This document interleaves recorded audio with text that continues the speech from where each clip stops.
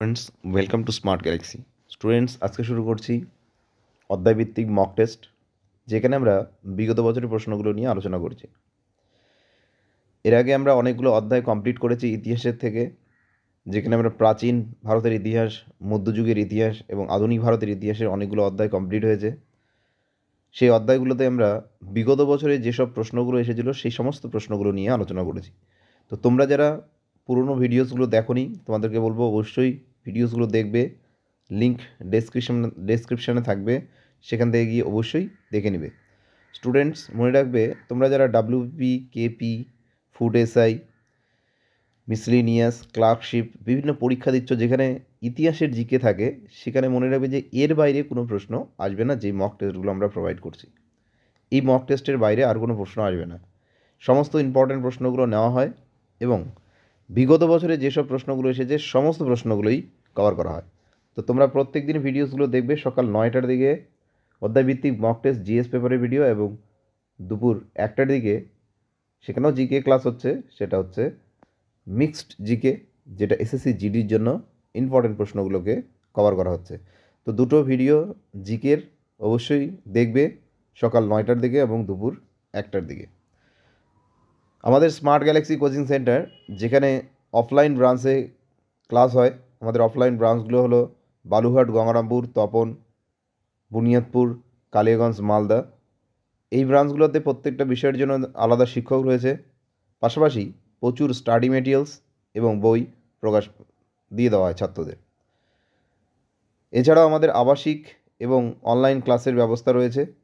সমস্ত কিছুর জন্য লিঙ্ক ডেসক্রিপশন থাকবে, সেখান থেকে গিয়ে তোমরা চেক আউট করতে পারো, অথবা তোমরা কমেন্টে জানাতে পারো কোনো সেন্টারে ভর্তি হতে চাইলে।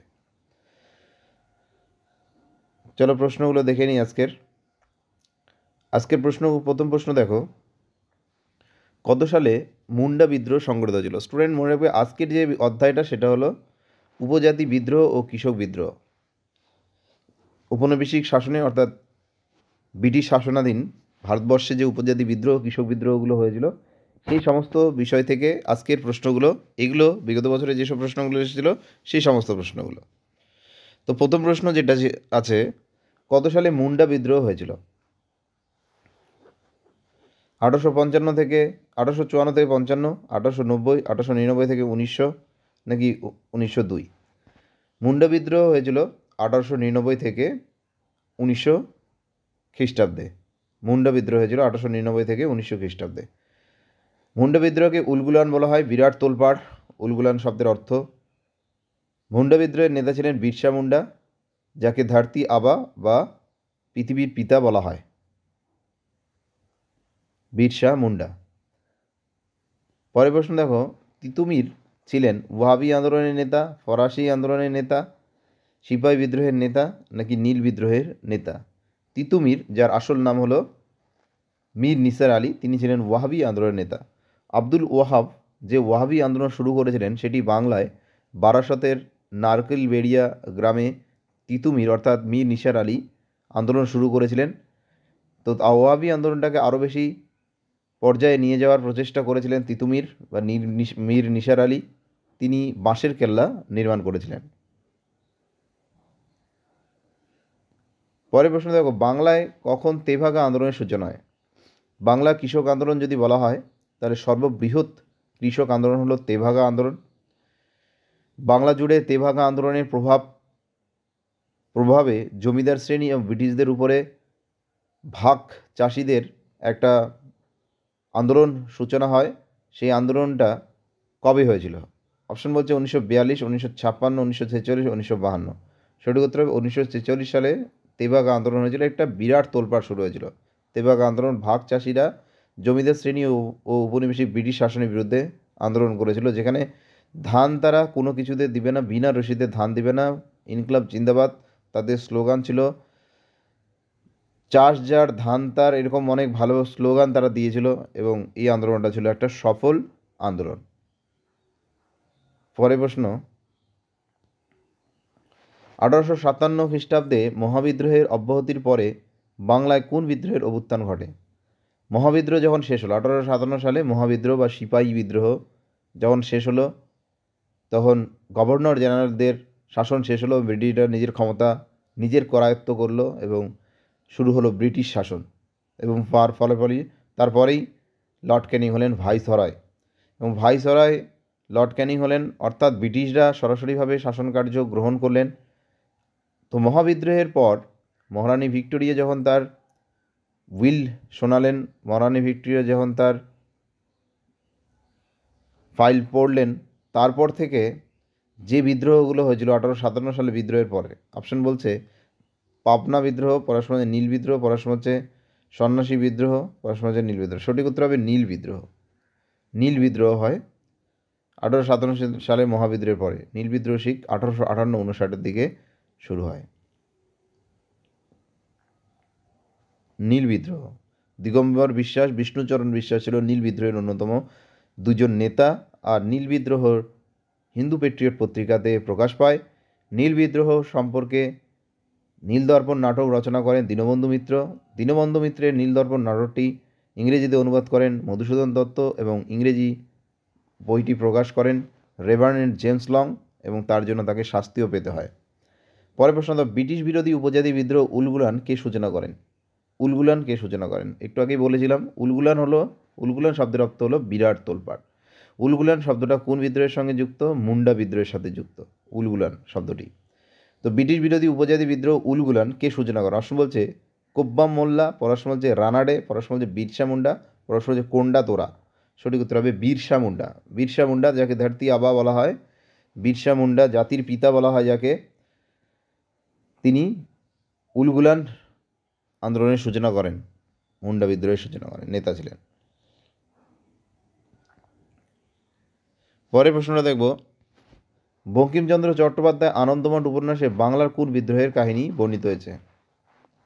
আনন্দমঠ উপন্যাসে কোন কাহিনী বর্ণিত হয়েছে? চুয়ার বিদ্রোহ, সন্ন্যাসী বিদ্রোহ, কোল বিদ্রোহ, সাঁওতাল বিদ্রোহ। বঙ্কিমচন্দ্র চট্টোপাধ্যায়ের আনন্দমঠ উপন্যাসে বর্ণিত হয়েছে সন্ন্যাসী বিদ্রোহের কথা। সন্ন্যাসী ফকির বিদ্রোহ, যেটা 1760 থেকে 1780 সালে হয়, এই বিদ্রোহের কথা উল্লেখ রয়েছিল আনন্দমঠ উপন্যাসে। এই বিদ্রোহের নেতা ছিলেন মজনু শাহ। সন্ন্যাসী ফকিরদের 170 জন সন্ন্যাসী ফকিরকে হত্যা করেছিল ব্রিটিশরা।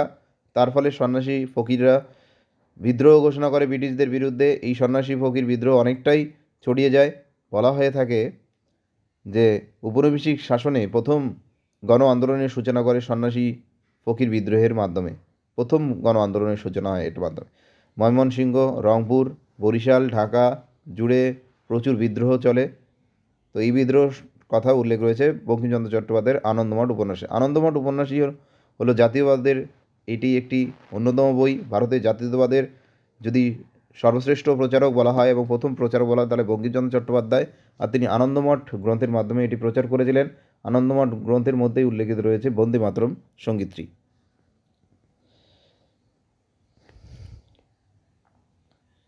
পরের প্রশ্ন দেখব, বাংলায় কত সালে তেভাগা আন্দোলন সংঘটিত? এটা প্রশ্ন আলোচনা হয়ে গেল। বাংলায় তেভাগা আন্দোলন হয়েছিল 1946 সালে। এটা হচ্ছে তিতুমির কোন আন্দোলনের সঙ্গে যুক্ত ছিলেন? তিতুমির আন্দোলনের সঙ্গে ছিলেন, ওয়াবি আন্দোলনের সঙ্গে যুক্ত ছিলেন। এটা WBCS প্রিলিমস 2015-তে এসেছে। অসহযোগ আন্দোলনের সময় অযোধ্যায় কৃষক আন্দোলনের নেতৃত্ব কে দেন? অসহযোগ আন্দোলন যখন চলছিল, অসহযোগ আন্দোলন কবে হয়? অসহযোগ আন্দোলন ছিল 1920 সালে। 1920 সালে যখন অসহযোগ আন্দোলনের সূচনা করেন মহাত্মা গান্ধী, তখন অযোধ্যায় কৃষক আন্দোলনের নেতা কে ছিল? অপশন বলছে মহাত্মা গান্ধী, পড়াশোনা বলছে বাবা রামচন্দ্র, পড়াশোনা বলছে মাদারিপাসি, পড়াশোনা বলছে সর্দার বল্লভভাই প্যাটেল। সঠিক উত্তরে মাদারিপাসি ছিলেন অযোধ্যায় কৃষক আন্দোলনের নেতা অসহযোগ আন্দোলনের সময়। অসহযোগ আন্দোলন ছিল 1920 সালে মহাত্মা গান্ধীর নেতৃত্বে। নেক্সট, 1857 খ্রিস্টাব্দে ওয়াহাবি আন্দোলনের প্রধান কেন্দ্র কোথায় ছিল? প্রধান কেন্দ্র কোথায় ছিল? কান্দাহার, পেশোয়ার, কোয়েটা। সঠিক উত্তর হবে পেশোয়ার। পেশোয়ার ছিল প্রধান কেন্দ্র। নিম্নলিখিত কোন কৃষক আন্দোলন উপনিবেশিক ভারতের সবথেকে বেশি ব্যাপক সংগঠিত হয়েছিল? কোন কৃষক আন্দোলন? অসম বলছে তেভাগা আন্দোলন, পশ্চিম বলছে তেলেঙ্গানা আন্দোলন, নীল বিদ্রোহ, দাক্ষিণাত্য দাঙ্গা। সঠিক উত্তর হবে তেভাগা আন্দোলন। তেভাগা আন্দোলন ভারতের বাংলা কৃষক আন্দোলনের সবচেয়ে বেশি ব্যাপকভাবে সংগঠিত হয়েছিল, তেভাগা আন্দোলন। সিধু নিচের কোন বিদ্রোহের সঙ্গে যুক্ত? সাঁওতাল বিদ্রোহ, মুন্ডা বিদ্রোহ, কোল বিদ্রোহ, সন্ন্যাসী বিদ্রোহ। সঠিক উত্তর হবে সাঁওতাল বিদ্রোহের সঙ্গে যুক্ত হলেন সিধু কানু। সিধু। চুয়ার বিদ্রোহ কবে সংগঠিত হয়েছিল? চুয়ার বিদ্রোহ কবে সংগঠিত হয়েছিল? 1768, 1766, 1765, 1763। বাংলায় কৃষক বিদ্রোহ, প্রথম কৃষক বিদ্রোহ যেটা হয়েছিল সেটা হলো চুয়ার বিদ্রোহ। চুয়ার বিদ্রোহের আগে কোনো বিদ্রোহ হয়নি। তো চুয়ার বিদ্রোহ প্রথম সংগঠিত হয়েছিল 1768 খ্রিস্টাব্দে। আর চুয়ার বিদ্রোহের নেতা ছিলেন দুর্জন সিং, রানী শিরোমণি, এরা ছিলেন বিশিষ্ট নেতা চুয়ার বিদ্রোহের। মনে রাখবে, চুয়ার বিদ্রোহ ছিল ভারতের প্রথম কৃষক বিদ্রোহ এবং প্রথম গণ আন্দোলন। কোথায় ভিল বিদ্রোহ কোথায় সংগঠিত ছিল? ভিল বিদ্রোহ ছোটনাগপুরে, সাঁতরায়, সিংভূমে না খান্দেলে? ভিল বিদ্রোহ অনুষ্ঠিত হয়েছিল ছোটনাগপুর অঞ্চলে। এটাও একটা উপজাতি বিদ্রোহ। বাংলায় তারিকা আন্দোলনের নেতা কে ছিলেন? তারিকা আন্দোলনের নেতা ছিলেন তিতুমির। মীর নিসার আলী ছিলেন বাংলায় তারিকা আন্দোলনের নেতা। কত খ্রিস্টাব্দে বাংলায় নীল বিদ্রোহ সংগঠিত হয়েছিল? নীল বিদ্রোহ কবে সংগঠিত হয়েছিল? নীল বিদ্রোহ সংগঠিত হয়েছিল 1859 সালে। আগেই আলোচনা করলাম। নীল বিদ্রোহ সম্পর্কে লেখেন, নীল বিদ্রোহ সম্পর্কে লিখেছিলেন নীলদর্পণ নাটক দীনবন্ধু মিত্র। দীনবন্ধু মিত্রের নীলদর্পণ নাটকটি ইংরেজিতে অনুবাদ করেন মধুসূদন দত্ত এবং এটি ইংরেজি প্রকাশ করেন হচ্ছে রেভারেন্ড জেমস লং। নীল বিদ্রোহ। পরের প্রশ্ন, কত সালে কবে সাঁওতাল বিদ্রোহ হয়েছিল? সাঁওতাল বিদ্রোহ কবে হয়? 1855, 1857, 1859, 1871। সাঁওতাল বিদ্রোহ সংগঠিত ছিল 1855 সালে। সাঁওতাল বিদ্রোহের নেতা ছিলেন সিধু কানু। সাঁওতাল বিদ্রোহ ছিল 1855 সালে। আজকে শেষ প্রশ্ন দেখো, এই উপজাতি বিদ্রোহ সম্পর্কে আজকে শেষ প্রশ্ন। নীল বিদ্রোহ প্রচারিত হয়েছিল কোন পত্রিকায়? অপশন বলছে Hindu patriot, Statesman, Times of India, Englishman. Hindu patriot পত্রিকাতে নীল বিদ্রোহের সূচনা হয়। হিন্দু পেট্রিয়ট পত্রিকা ভারতে যে অত্যাচার, ভারতের কৃষকদের উপর অত্যাচার, ভারতের সাধারণ জনগণের উপর অত্যাচার, সেই অত্যাচারের কাহিনী হিন্দু পেট্রিয়ট পত্রিকাতে প্রকাশিত হতো। 1853 সালে হিন্দু পেট্রিয়ট পত্রিকাটি প্রকাশ পায়। গিরিশচন্দ্র ঘোষ এর প্রথম সম্পাদক ছিলেন। হিন্দু পেট্রিয়ট পত্রিকা 1853 সাল থেকে রান করতে শুরু করে। তারপরে হরিশচন্দ্র মুখার্জি যখন আসে, হিন্দু পেট্রিয়ট পত্রিকা চরম পর্যায়ে পৌঁছে যায়। প্রধান সম্পাদক অবশ্যই হরিশচন্দ্র মুখার্জি ছিলেন হিন্দু পেট্রিয়ট পত্রিকার। তো এই ছিল আজকের প্রশ্নগুলো। কেমন লাগলো ভিডিওটা অবশ্যই জানাবে কমেন্টে। দেখা হচ্ছে পরের ভিডিওতে। ধন্যবাদ সকলকে।